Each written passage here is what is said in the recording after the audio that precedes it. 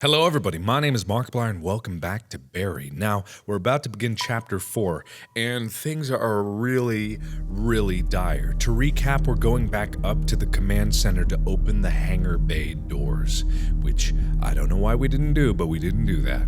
The ride up the elevator is tense. I take a series of deep breaths, doing everything I can to stay in control.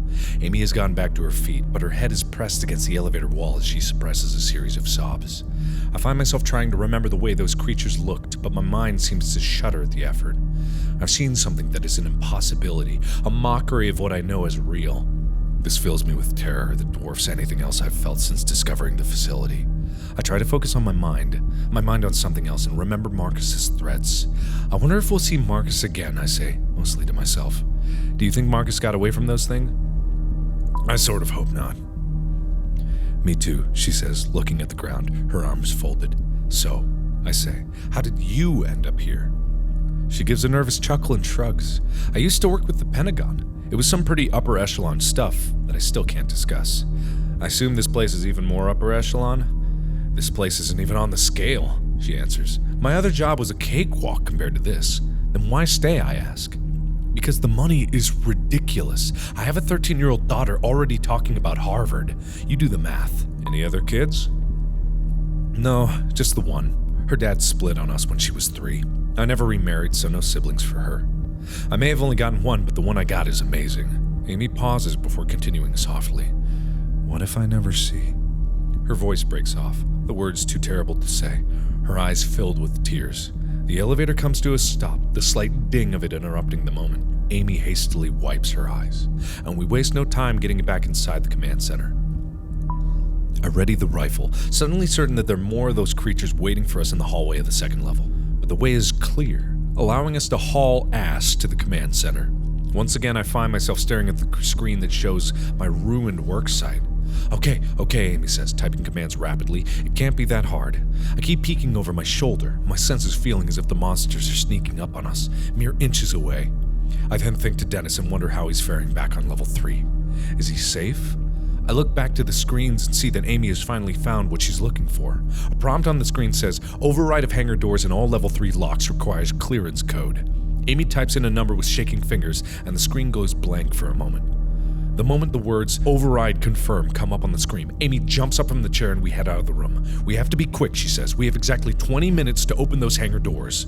Well, you know what? I don't think I need to know what happens in 20 minutes. I think I know what happens in 20 minutes.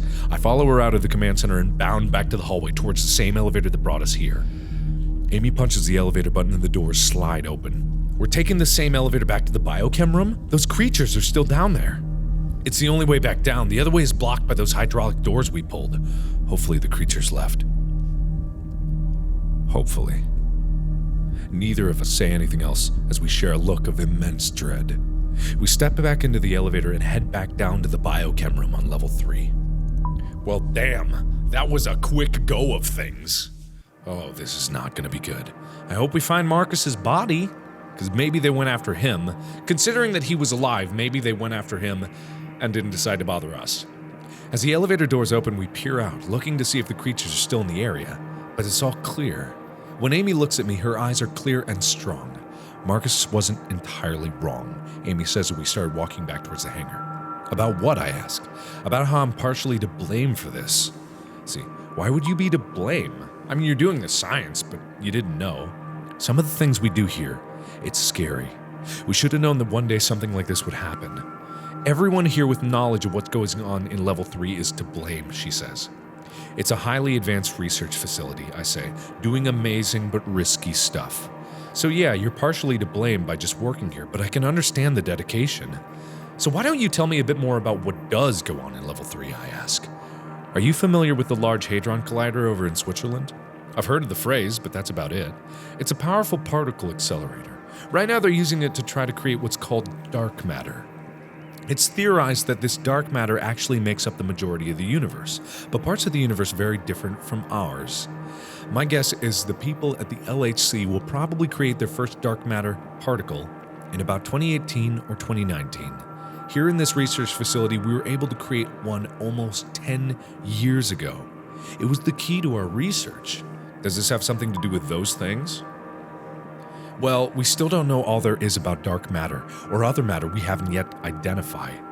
These creatures could be made of it, or maybe they're even more exotic matter we just don't know. If dark matter is responsible, there are no real answers to have. I scratch my head.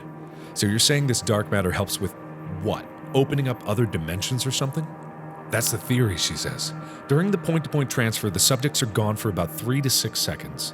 There's no way to see or measure their presence, but they exist somewhere. From what we can tell, they exist in a kind of void. Have you done this with people? We have sent human subjects through. Almost all of them have returned successfully. I make an involuntary grimace. Almost. There was one man, Dr. Canna, who didn't return. We don't know where. She trails off, taking a moment to collect herself. Sorry, I asked, I say, feeling my mind start to bend inward again. As we continue to walk between the silos, we walk past the area where we left Marcus behind, but he's long gone. Maybe he found a way out. I realize that we're walking very close together between the silos, perhaps trying to create the illusion of safety. We reach the exit connecting to the hangar doors where Dennis hopefully still is. My gut clenches and my heart hammers in my chest as we open the door and walk through. I lift the rifle, but at first it seems that there's nothing waiting for us. And that's when I see the glowing, hulking shape to my left, closing in fast. Oh shit, that's not good. Yeesh. The creature is about 10 feet away and coming in quickly, so I do the first thing that comes to mind. I drop to the ground, making myself a smaller target, and raise the rifle.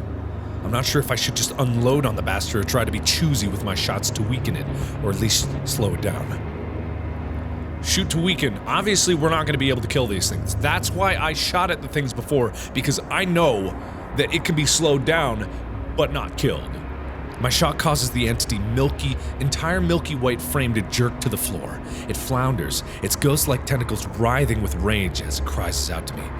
It seems to turn and jerk away, parts of it appearing and disappearing every few feet. It moves down the hall and out of sight. I look quickly around for others, but there's only Amy. She looks at where the monster went with wide eyes. Her face is pale, and I wonder if, like me, she's able to feel her mind trying to retreat. Come on, I say. Let's find Dennis and get through these hangar doors. Amy glances at her watch. We're already down to 6 minutes. We turn towards the hangar doors, and I'm a little disgusted with myself because the bloody scene that so shocked me before now seems mild. Amy goes to work on the computer console to the left side of the doors. She starts punching in keys before saying, "This is going to take some time." "I thought you already unlocked it," I ask. "I did," she says, "but for this door there's still security permissions I need to hack. Marcus would have known how to do this." She trails off, and I decide to let her work. Suddenly, something slams into me. I feel my feet leave the floor, and I'm literally thrown across the concrete. I look up in time to see one of the creatures. It's apparently in no hurry to attack me again, focusing on Amy instead. She's not armed. I need to come up with a plan to get this thing away from her so she can focus on getting the door open. It raises one of its flickering appendages, making me certain that part of its makeup is pure light and energy. I could easily take a shot with my rifle, but my mind again goes to how much remaining ammo I have. The only other thing I can think of is to get it to chase me and lead it away from this world somehow. I guess I could distract it? It seems to be very important right now to conserve my ammo, so if I can distract it, then I can get out of here. "Hey," I yell. "Right here! Come get me! I'm the one that shot your buddy!" It turns to me and I am again faced with the staring at something that has no business in this world, in this reality. Its body gives off a sort of glow around the central part, a bulbous core that's branched off into 2 humps, very much like a spider. Again, I sense that the visual information is not accurate, but it's the best my simple mind can do to make sense of this impossible creature. It starts lurching towards me and lets out a shriek of agony that makes me feel like my ears are going to explode. Now that I'm sure it's coming after me, I take off running and head into another hallway we haven't been down. I find myself in an industrial-looking area and am pleased to find that the monster has followed me through. Oh, I'm pleased at that. Oh, that's a good thing. Oh, okay. All right then. Great. Oh boy. The room seems to be an assortment of old pipes and tanks. I assume some of them run further down into the other areas of the facility. With the creature on my tail, I dash into the maze of metal, hoping to lose it. It's definitely having a harder time squeezing through than I am, and that slows it down. Of course, the room's not a cage of any kind. The thing is still heading towards me, shredding through the pipes as it rages. I notice that sometimes it's breaking the steel girders, but other times it seems like it's somehow merging or changing them. Pipes that were separate are now connected together in a way that makes my head hurt. I finally get a good amount of distance between myself and the creature. I think it's lost my trail. I need to get back to those hangar doors. There's not much time before they close shut. But if I make a sound, that creature would be on my heels again. We'll see. I'm gonna run as fast as I can, because frankly, I need to get there before they close. But maybe, I only had 6 minutes again, and that's probably like 4 minutes ago. I gotta go, I gotta book it. There's no time, I think to myself. I have to get moving. With no care of staying silent, I twist myself through more pipes and make my way back towards the door I entered through. Immediately, the creature picks up on this and turns towards me. But I don't even look back. I slide through this rusted obstacle course and sprint back to the hangar doors. Yep, let's do that. Let's do that. I burst back into the large room and see Amy still working on the computer terminal by the hangar doors. You okay, Isaac, Amy? I can clearly see her battling for control of her faculties. Steel determination wins out and she gives a grim nod. Any sign of where Dennis went, I ask, hoping she hasn't noticed his body somewhere. No, she replies. It's then that I realize that I have no idea how many rounds I have remaining in the rifle. This isn't a model I'm familiar with. Outside of some deer hunting, I'm not much of an expert on firearms. Still, I'm able to locate the chamber easily and see that there were only 2 rounds left. I silently curse myself for being too trigger-happy earlier. How are we on time, I ask her. 4 minutes. I'm going as fast as I can. I was worried how long it would take you to lose that thing. Well, I decided it was better to get back quickly than to... At that moment, the creature screams on the other side of the door. He'll be in here any second. Amy does her best to focus on the keyboard, but there's still no sign of Dennis. Before I have time to look around, a screeching sound erupts from the other side of the room. I bring the rifle up in a shooter stance and turn around. With the hangar doors right behind me, no sign of Dennis, and closing window of time, I have to be confident. Yet when 2 monsters come around the corner, my body wants to shut down.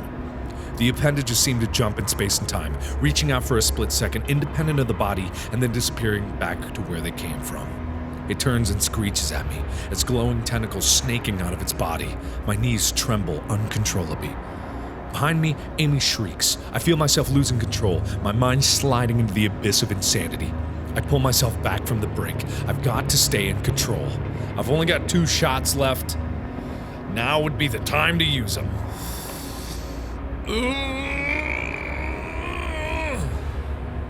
2 bullets, 2 monsters. Okay, I'll take that chance. I step away from Amy in the hangar doors and towards the monster, ready to defend her.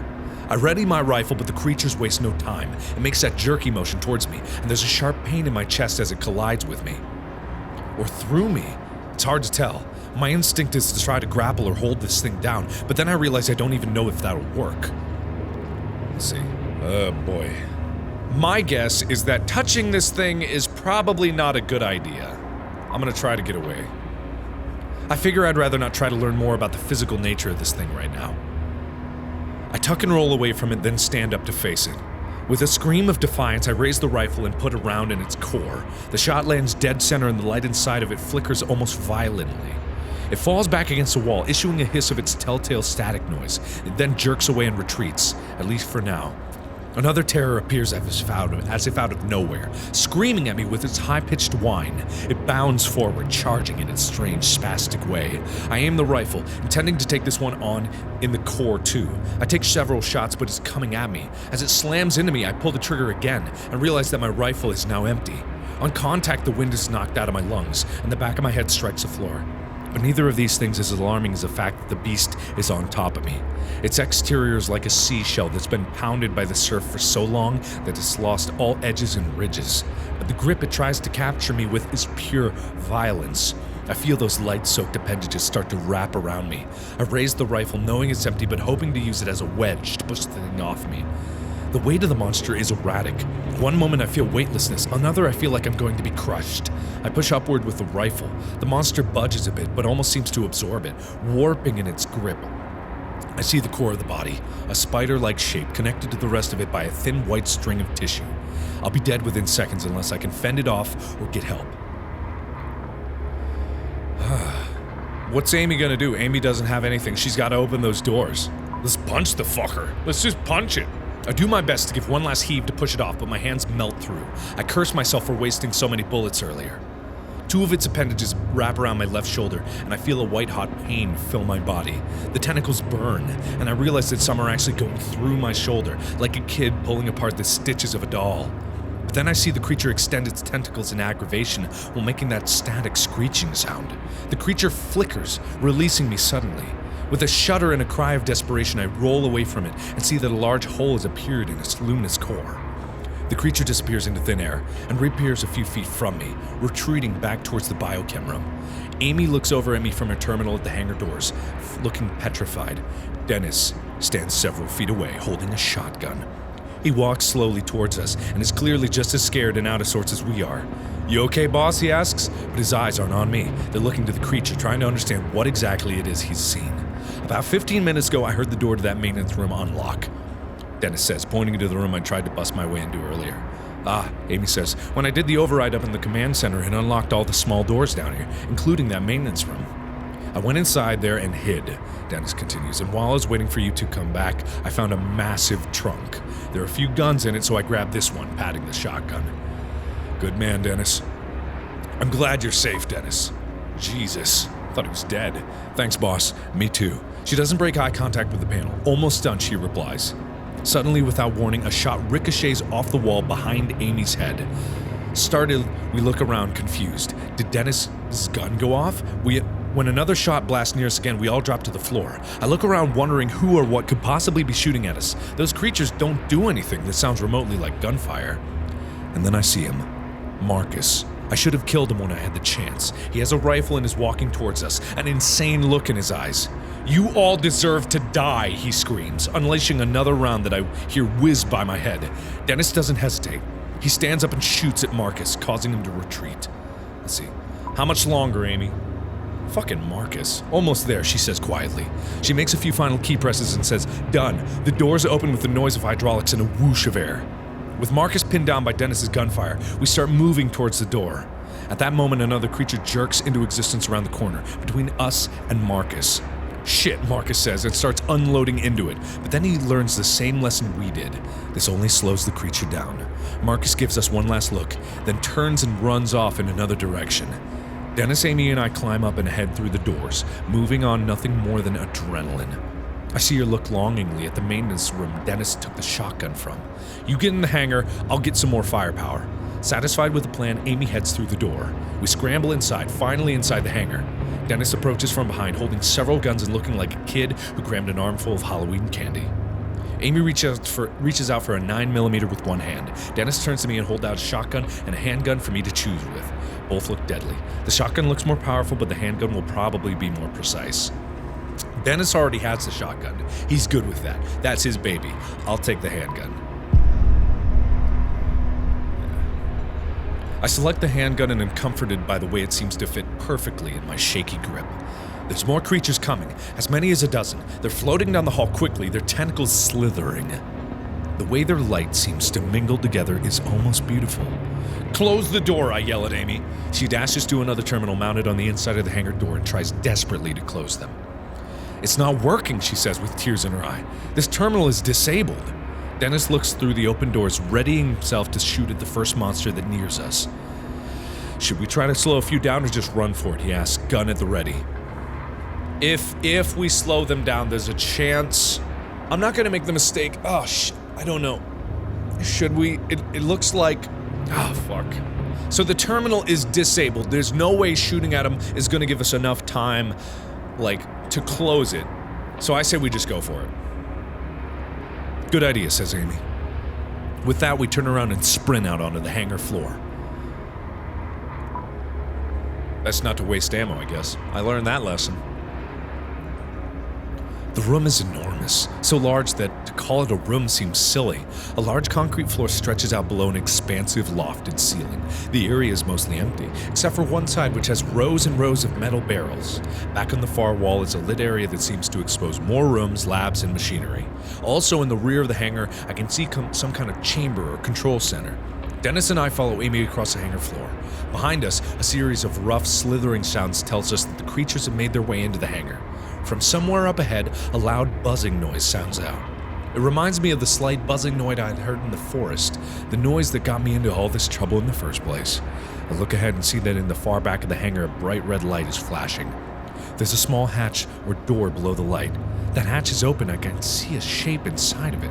I can barely make out the figure of a man standing there, holding an industrial microphone. As soon as I see him, I hear his huge, amplified voice.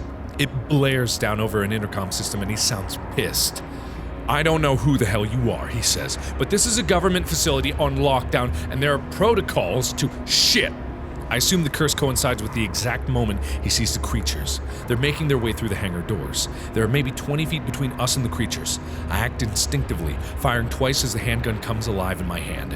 One shot goes into the core of one monster, causing it to jerk backwards. Another shot slows down a creature. The accuracy I get with the 9mm is amazing. Amy and Dennis take the cue and start firing as well. The floor becomes littered with a swirling white fluid from the wounded creature's body, but they are not slowing down. The alarm keeps shrieking behind us, and when I turn to see if anything has changed back there, I trip over my feet. I hit the ground hard and in an almost comic fashion slide several feet across the floor. From the ground, I see what we've managed to turn back 4 of them. But I also see that my estimate of a dozen is off. There are at least 20 of them. Their sick, dim light, sinister and gloomy. Their appendages seem to bind together as they come forward. My only hope of survival is that the man in the far doorway has somehow shuts the hangar doors. His voice comes blaring over the intercom again, broken by the booming noise of the gunfire we're laying down. "Run here, towards the isolation chamber." I'm not sure how much time we have. I realize I can sprint ahead of Amy and Dennis, or I can hang back and give them cover. I'm gonna keep shooting to cover the others. Dennis can't run. He's still injured. I have to remember that. Go inside where that guy is. I'll make sure we don't have any of those things right on our tails. I'll hold them back for a while. I know it sounds macho, but it also feels like the right thing to do. I have to at least try to give us some kind of chance to escape. So as Amy and Dennis run through the doors, I blast the next thing that I see moving. All I get for my troubles is that static-like hiss and a high-pitched whistling noise. I'm able to beat them back a bit, forcing them to scatter. Each flicker of light is a small victory. If nothing else, I'm buying Amy and Dennis time. When I'm certain there's nothing more I can do, I turn and run. I hustle, quickly catching up to Amy and Dennis, who stop and turn to provide me with cover fire. "There," Amy says, pointing to the small door where the man was standing earlier. The swarm is less than 15 feet away, so furious that they're pushing through one another to get to us. I raise the handgun and fire, taking my time to aim. I hit one in the spider-like part of its body. I fire again, this time taking one in the core. I place 2 more rounds into this creature, eventually causing it to move backwards. We're in the middle of the hangar floor now, with the isolation chamber ahead and the monsters behind us. Beside me, Dennis also fires. The kick of the gun jolts him, probably a result of him being weakened from the blood loss. His shot lands true, though, causing a jerking stumble and a flickering of its light. "We're almost in," Amy yells as we get close to the door. We hope will save us. "Dennis and Amy, get in that fucking door." "Get inside," I tell Amy and Dennis, motioning for them to get moving with my gun. I open the door and give Dennis a push towards it. He resists, more eager to try taking down another one of the beasts before he makes it to safety, but eventually gives in. I wait a beat to make sure Amy is inside too. I fire off a few rounds on the creatures that are still headed for us, hoping to slow them down. When Amy and Dennis clear the door, I nearly dash inside, but then feel something hot seep into my back. "Roger!" Dennis yells. The pain in my back is so immense that I barely notice the fact that I'm being lifted from the floor. I look down and see that one of the creatures is using its floating arms to grab me by the waist, its tentacles wrapping around me. It lifts me into the air, as if presenting me as a trophy to its friends. I try to focus, attempting to angle my arm in a way that will allow me to aim the handgun and place a bullet in its body. But it's shaking me violently, and its other parts are appearing and disappearing in a way that makes no sense. Another oddity of its structure. I can literally do nothing more than hang there like a rag doll, hoping to be saved. As it continues to hoist me up, screeching its approval, Dennis comes back out of the room and fires off a shot. The bullet catches the monster on the underside of its core, sending it backwards and causing it to freeze for a moment. It releases me and I hit the ground, dropping my gun and again finding myself unable to breathe. I feel slightly dizzy, but that fades when I see Dennis is still standing outside the door. He's firing into the beast like a madman and doesn't see the one to his left, coming along the edge of the wall. Let's see. Push him out of the way. Gotta push him down. No time to call out to him. I try to dash towards Dennis to put them out of the way, but there's not enough time.